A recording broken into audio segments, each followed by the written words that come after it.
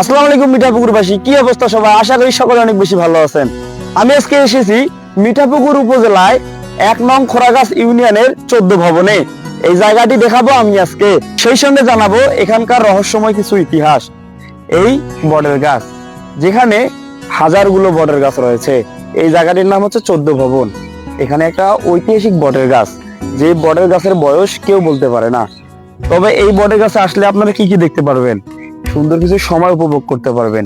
সেই সঙ্গে দেখতে পারবেন একটি বটের গাছ কিভাবে একটা বটের গাছের মাধ্যমে অনেকগুলো বটের গাছ তৈরি হয়।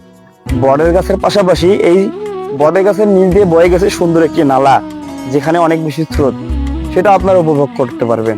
তাহলে চলুন শুরু থেকে শুরু করি আজকের ভিডিও। আমার বাড়ি রংপুর, মুখে ভাওয়াইয়ার সুর। আমার বাড়ি আইসেন বন্ধু, খাবার দিমো চিটাগুর।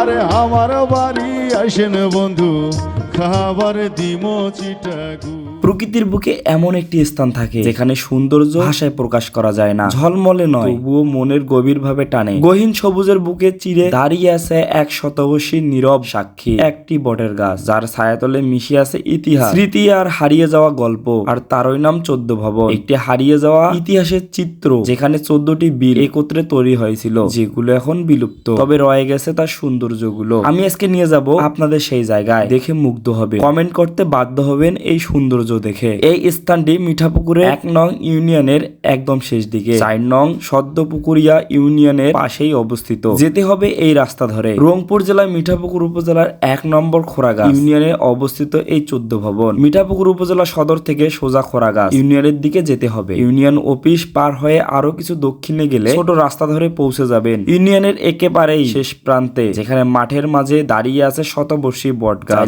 রিক্সা, মোটরসাইকেল কিংবা সিএনজি তে সহজেই যাওয়া যায়। স্থানীয় ভাবে বললেই সবাই দেখিয়ে দেবে 14 ভবনের বটের গাছ। একবার গেলে ভুলবেন না। প্রকৃতি এখানে নিজের গল্প সাজে বলে। প্রকৃতি এখানে নিজের গল্প সাজে। চারিদিকের পরিবেশ, চারিদিকের সুন্দর গাছপালায় আপনাকে বুঝিয়ে দিবে কতটা সুন্দর এই জায়গাটি। তাহলে চলুন যাওয়া যাক সেই জায়গায়।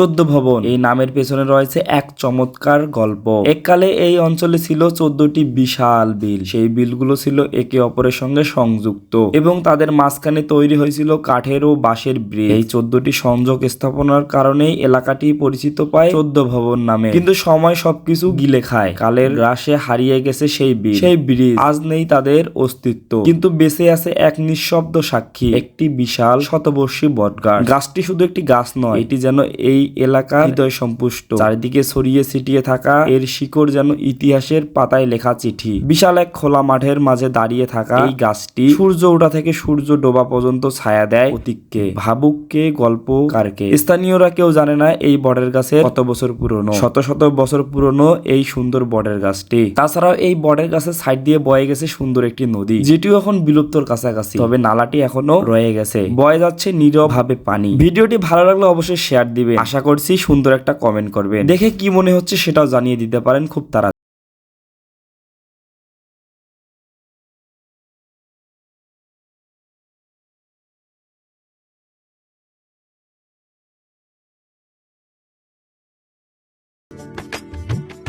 আজ যখন আমরা আধুনিক শহরের কোলাহলে হারিয়ে যাচ্ছি, তখন এই 14 ভবনের মতো স্থান আমাদের মনে করিয়ে দেয় প্রকৃতি আর ইতিহাস মিলে একে অপরের পরিপূরক। আপনি যদি কখনো মিঠাপুকুরের পথে থাকেন, চোখ মেলে খুঁজে নিন এই শতবর্ষী বটের গাছের ছায়া, যেখানে দাঁড়িয়ে আপনি বুঝবেন প্রকৃতি চিরকাল নীরবে কথা বলে। 14 ভবন শুধু একটি স্থান নয়, এটি আমাদের অতীত, আমাদের ইতিহাস আর একটি বট গাছ, যা কেবল গাছ নয় বরং আমাদের হারিয়ে যাওয়া স্মৃতি এক জীবন্ত সংরক্ষণ। তো এই ছিল আজকের ভিডিওটি ভালো লাগলে একটা লাইক দিয়ে একটা সুন্দর কমেন্ট করবেন। আর একটি কথা মনে রাখবেন, দেখতে হলে জানতে হলে ফলো করতে হবে আমার এই সুন্দর পেজটি। সবাই ভালো থাকেন, সুস্থ থাকেন, দেখা হচ্ছে নতুন একটি ভিডিওতে। আসসালামু আলাইকুম। আমার বাড়ি রংপুর, মুখে ভাওয়াইয়ার সুর, আমার বাড়ি আসেন বন্ধু, খাবার দিমো চিটাগুড়।